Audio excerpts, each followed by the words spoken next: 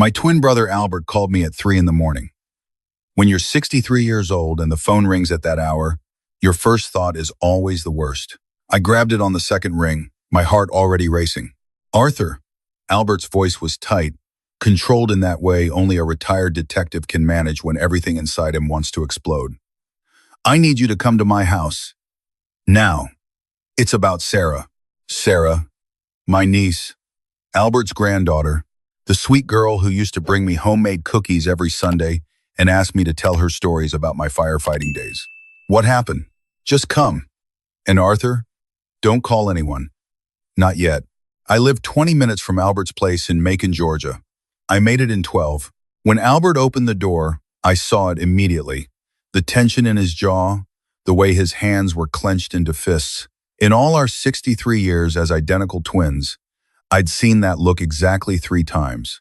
Once when our father died, once when his wife passed, and once when a suspect got away with hurting a child on a technicality.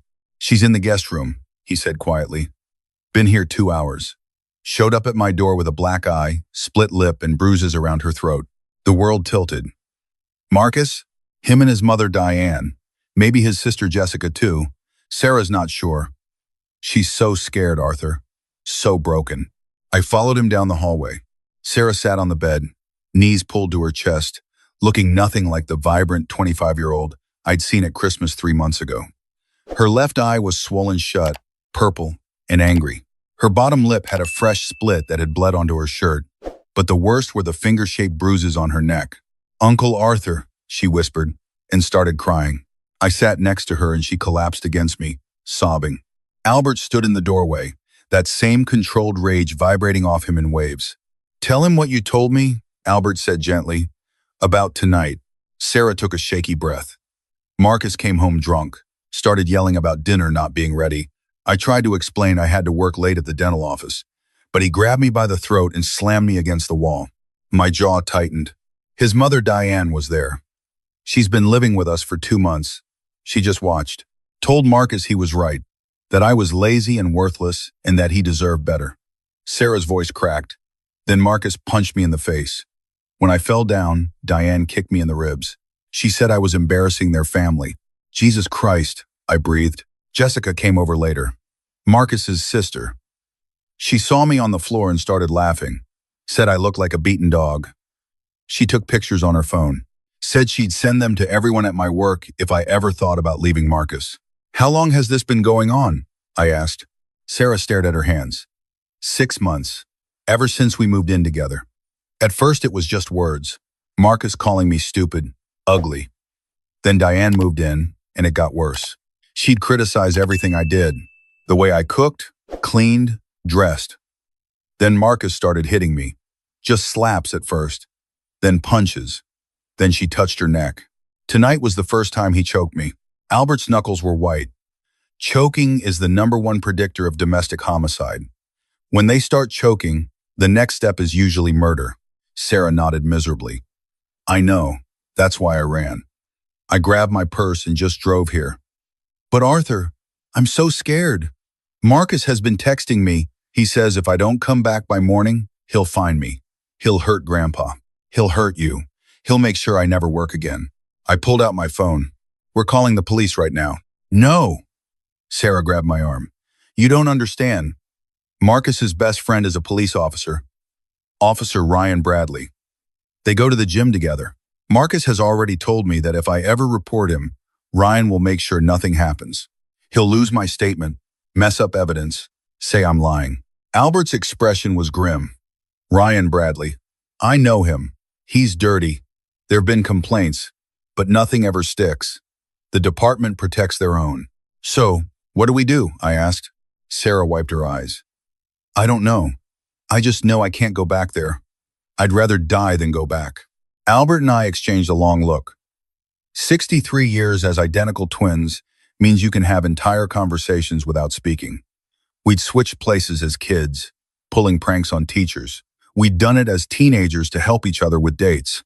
We'd even done it once as adults when Albert needed to be in 2 places at once for work. But we'd never done anything like what I was thinking now. Sarah, Albert said carefully, I need you to tell me everything about Marcus, Diane and Jessica. Their routines, their habits, where they'll be tomorrow. Why? Because your Uncle Arthur and I are going to pay them a visit. Sarah's eyes widened. Grandpa, no, you can't. Marcus will hurt you. Albert smiled, and it was the coldest smile I'd ever seen on my brother's face. That's what I'm counting on. We spent the next 3 hours planning. Sarah fell asleep around 6 in the morning, exhausted from crying and fear. Albert and I sat at his kitchen table, working through every detail. Marcus works at the car dealership until 5, Albert said, reviewing his notes. Diane doesn't work. She'll be home all day. Jessica works from home, does some kind of online marketing thing. She usually comes over around 3 to have coffee with Diane and talk shit about Sarah. So if we show up around 3:30, all 3 of them will be there. Exactly. And here's what Sarah told me. Marcus has a temper. If he thinks someone is threatening him or his family, he attacks first and thinks later. Diane's the same way. She's got priors for assault from 15 years ago. And Jessica? She's vicious. Loves to film confrontations and post them online for attention. I lean back in my chair. You really think they'll attack me? If they think you're there to take Sarah away? Absolutely. Especially if they think you're me. Albert tapped the table. Arthur, you know I can't do this myself. I was a cop for 40 years. If I go there and they attack me, I'll be expected to show restraint, to de-escalate. But you? I'm just a retired firefighter coming to check on my niece. Right. And if you happen to defend yourself when 3 people attack you, well, that's just self-defense. Albert paused. But we need them to throw the first punch. We need this to be clean. And you'll be where? I'll arrive 10 minutes after you, posing as Arthur, the concerned uncle who heard there was trouble. I'll call 911. Get real cops there who aren't buddies with Marcus. With my testimony as a witness, there's no way they can spin this. It was risky, probably illegal, definitely dangerous. But when I thought about Sarah's face, those bruises, the terror in her eyes, I knew we were doing it. One condition, I said. If this goes wrong, if I end up in jail, you take care of Sarah. Make sure she's safe. Albert reached across the table and gripped my shoulder. Brother, we're identical twins. If you go to jail, I'm going right there with you. But that's not going to happen. Trust me. At 3:20 the next afternoon, I pulled up to the address Sarah had given us. Small house in a lower middle-class neighborhood. Marcus's truck was in the driveway. So was a Honda Civic that had to be Jessica's. I sat in my car for a moment, steadying my breathing. I'd run into burning buildings for 25 years. I'd carried people out of collapsed structures. I'd seen things that would give most people nightmares. But walking up to that door, knowing what was waiting inside, my hands were shaking. I knocked. Heavy footsteps. The door swung open and Marcus stood there. 6'2", maybe 220, with the kind of build that came from steroids and ego rather than actual work. He looked me up and down with obvious contempt. Who the hell are you? I'm Sarah's grandfather, I said, making my voice sound older, frailer. Albert, I need to speak with you about my granddaughter. Marcus's expression shifted to something uglier. That bitch ran to you, did she? Crying about how I'm so mean? He laughed. She tripped, fell into a door. I keep telling her to be more careful, but she's clumsy. I saw the bruises, Marcus. I know what you did. You don't know shit, old man. Now get off my property before I make you leave. I just want Sarah's things. Her clothes, her car title, her documents. She's not coming back. Marcus stepped forward, invading my space. Up close, I could smell the alcohol on his breath. Day drinking. Wonderful. Sarah is my girlfriend. She lives in my house, and she'll come back when I tell her to come back. Now walk away while you still can. Mom, Marcus shouted back into the house. We got a problem out here. A woman appeared behind Marcus. Diane, late 50s, bottle blonde hair, and a face twisted into permanent bitterness. The moment she saw me, her lips curled into a sneer. Well, well, the old fool actually showed up. You got some nerve coming here, Albert. I'm taking Sarah's belongings, and she's never coming back here. Diane laughed, sharp and nasty. That little tramp isn't going anywhere. She belongs to Marcus now. We've invested time training her to be a proper girlfriend. She's not leaving until we say so. Jessica, Diane called. Come see what crawled onto our porch. A younger woman appeared, mid-20s, with the same mean eyes as her brother. She was already holding her phone up, recording. "Oh my God," Jessica said with mock surprise. "Is this the famous grandfather? The one who Sarah cries to about how mean we are?" She looked at her phone camera. "Guys, you won't believe this. Some old dude just showed up thinking he can tell us what to do." "I don't want trouble," I said, still playing the scared old man. "I just want Sarah's things. And I just want you off my property," Marcus growled. He put his hand on my chest and shoved. Hard. I stumbled backward down the porch steps, intentionally letting myself fall to the ground. Pain shot through my hip, but I'd had worse. "Marcus," Diane shouted. "Don't let him just lie there. Make sure he understands." This was it, the moment we'd planned for. I looked up at them from the ground, making my voice shake. "Please, I'm an old man. I just want to take care of my granddaughter." "Should have thought about that before you came here," Marcus said, starting down the steps. Then Diane's eyes narrowed. She was looking at me more carefully now, and I saw the exact moment she realized something. "Wait," she said slowly. "You said you're Albert?" "Yes," I said. "Bullshit." Diane turned to Marcus. "Sarah told me her grandfather was a police detective. This old man," she gestured at me on the ground. "Look at how he's cowering. That's not a cop. That's just some scared old fool." My heart rate spiked. We hadn't planned for this. "Who are you really?" Diane demanded. I should have kept up the act, should have stuck to the plan. But something in her voice, the cruelty, the absolute certainty that she could hurt whoever she wanted with no consequences, made me tell the truth. "I'm Arthur, Albert's brother, and I'm here because my niece came to me last night covered in bruises that you three put on her." The temperature on that porch dropped 10 degrees. Jessica lowered her phone slightly, looking confused. "Wait, there's two of them? Twins?" Diane said, her voice dangerous. "Sarah never mentioned twins." Marcus cracked his knuckles. "So what? Old man's still trespassing, still putting his nose where it doesn't belong. Only now we know he's not a cop." He looked at his mother and sister. "No one's coming to save him. We should teach him a lesson," Jessica said, a sick excitement in her voice. "Make sure he tells Sarah what happens when people interfere in our family." "Marcus," Diane said, and there was something hungry in her expression. "I think it's time we showed Sarah's family that we're not people to mess with. Make an example." This was still according to plan. They were going to attack me. Albert would arrive, call the police, and we'd have them all on assault charges. Except they didn't attack me. Diane pulled out her phone. "I'm calling Sarah. She's going to listen while we beat her uncle. Then she's going to come back here and apologize for bringing trouble to our door. And if she doesn't," Diane smiled, "we'll find her grandfather next. The real one. The cop who probably thinks he's so smart." She dialed. I could hear it ringing on speaker. "Don't answer," I prayed silently. "Sarah, don't answer." But she did.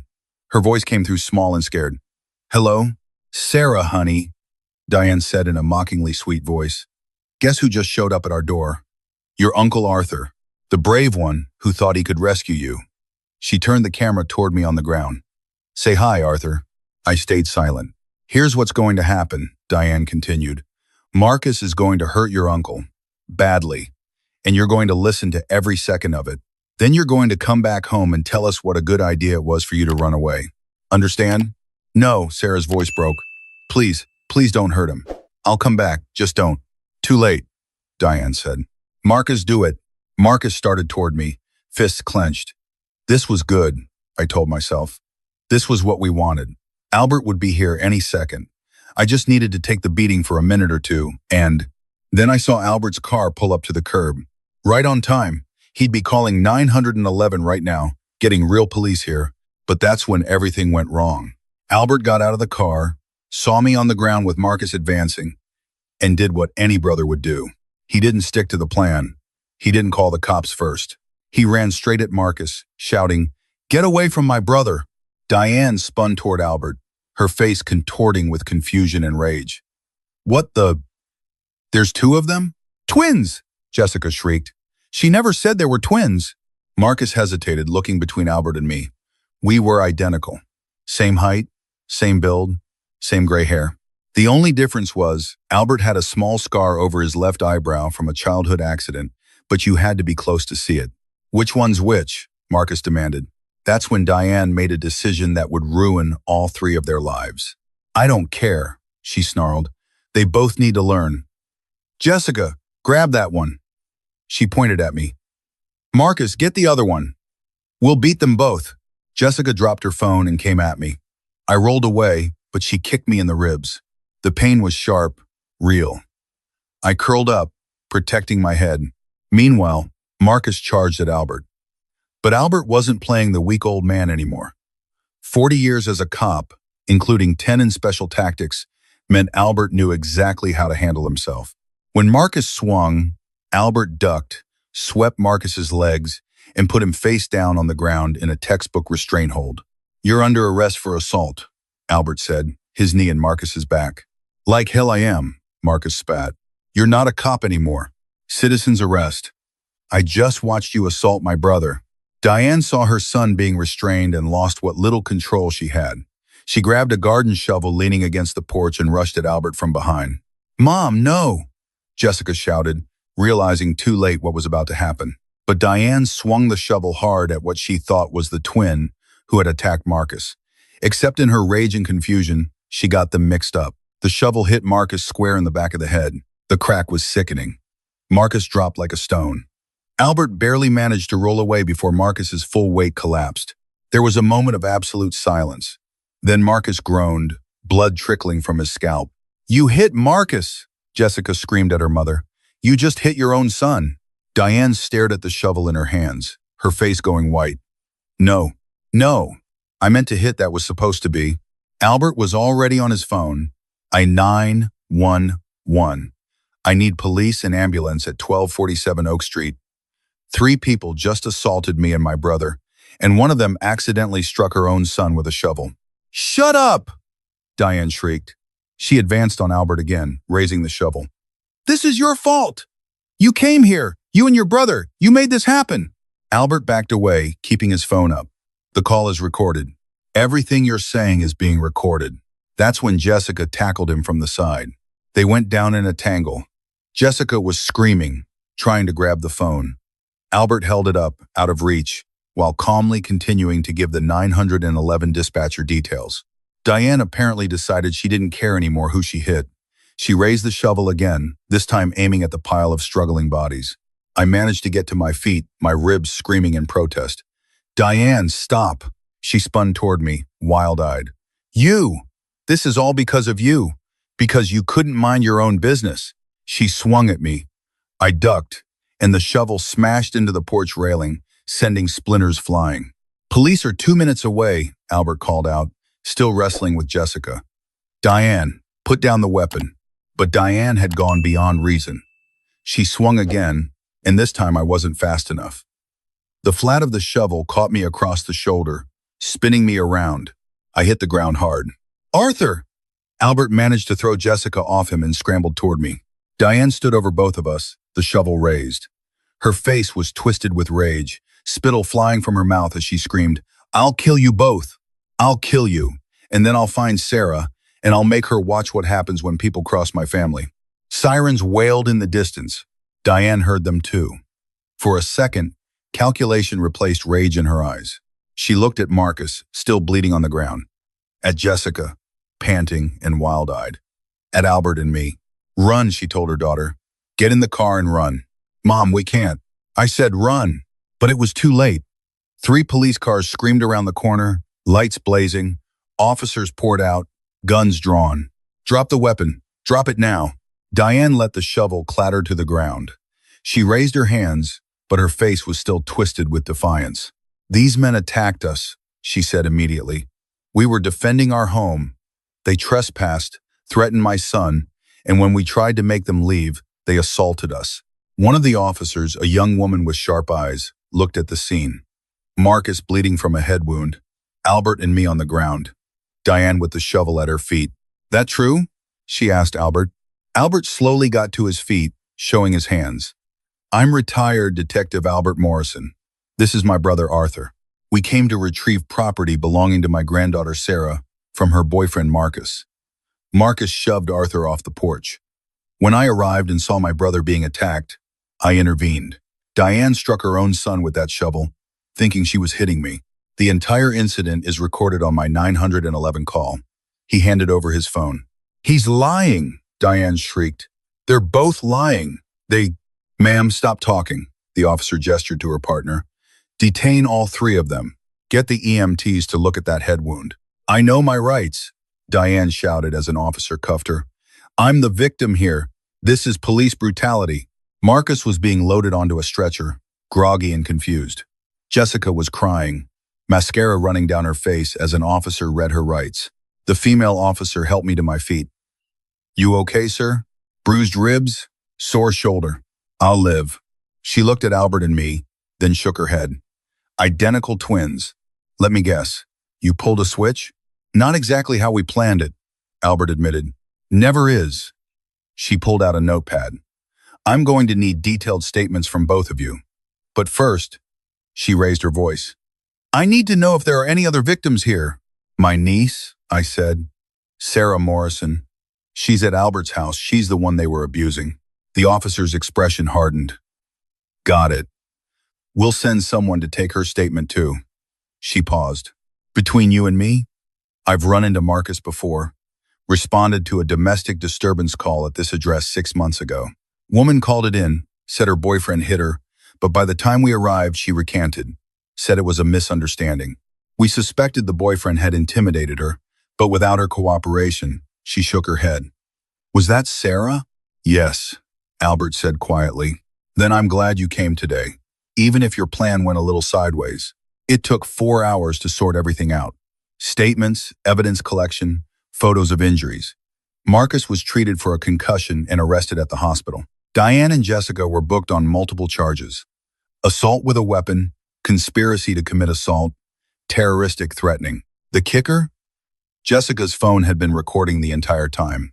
The video showed Marcus shoving me, Diane ordering the attack, and most damningly, Diane accidentally hitting Marcus with the shovel while screaming about how she'd kill us both. The DA said it was the easiest case she'd seen all year. We went to Albert's house to see Sarah. When we walked in, she launched herself at both of us, crying and laughing and apologizing all at once. "I'm so sorry," she sobbed. "I should never have let you go there. You could have been killed." "We're fine," I assured her. "A few bruises. Nothing a retired firefighter and a retired cop can't handle." "They're going to jail?" Albert nodded. "Marcus is looking at 5 to 10 for assault. More if the concussion qualifies as serious bodily injury. Diane and Jessica are looking at similar sentences. Plus, there's now an official record of the domestic abuse. Marcus will never be able to claim this was a first offense." Sarah's shoulders shook. "It's really over?" "It's really over." She looked at us. This girl we'd watched grow up, who'd had her light dimmed by cruel people who thought they could hurt whoever they wanted. "Why?" she asked. "Why did you risk yourselves for me?" I thought about that. About the planning, the switch, the moment I'd seen Diane hit her own son and realized our plan had spiraled into chaos. "Because you're family," I said simply. "And family protects family, no matter the cost." Albert put his arm around my shoulder, mindful of my bruises. "Besides, someone had to teach those three that they can't hurt people without consequences. But you both could have been seriously hurt. Or killed." "Sarah," Albert said gently. "I spent 40 years as a cop seeing what happens when good people stand by and do nothing. When families are afraid to protect their own. When bullies think they're untouchable." He paused. "Your Uncle Arthur and I? We're old. We've lived our lives. But you? You're 25. You have your whole life ahead of you. If taking a few hits means you get to live that life free and safe." He shrugged. "That's not even a question." Later that night, after Sarah had finally fallen asleep, Albert and I sat on his back porch with glasses of whiskey. My ribs hurt. My shoulder hurt. I was going to be a rainbow of bruises by morning, but I'd never felt better. "Think we'll get in trouble for the twin switch?" I asked. Albert chuckled. DA seemed more amused than anything. Said as long as our statements were truthful, she didn't care what tactics we used to expose domestic abusers. Lucky break. Luck had nothing to do with it. We made our own justice today, brother. We sat in comfortable silence, The kind only identical twins can share after 63 years together. You know, I said eventually. When Diane hit Marcus instead of you, for a second I almost felt bad for him. Almost? Then I remembered the bruises on Sarah's neck and the feeling passed. Albert raised his glass.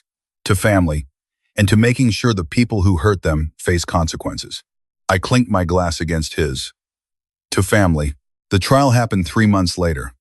Marcus pleaded guilty to aggravated assault and domestic battery, got 8 years. Diane and Jessica fought it, but the video evidence was overwhelming. Diane got 6 years for assault with a deadly weapon. Jessica got 3 years for simple assault and conspiracy.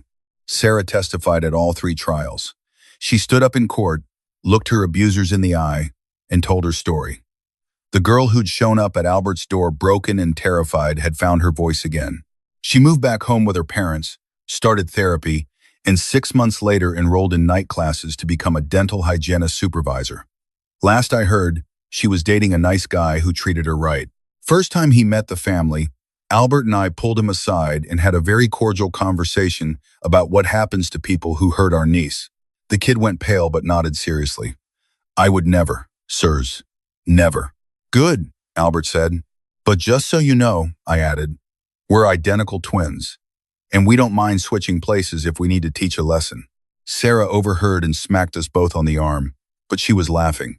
People sometimes ask if I regret what we did that day. If I think we went too far, if we should have just called the police and let the system handle it, my answer is always the same.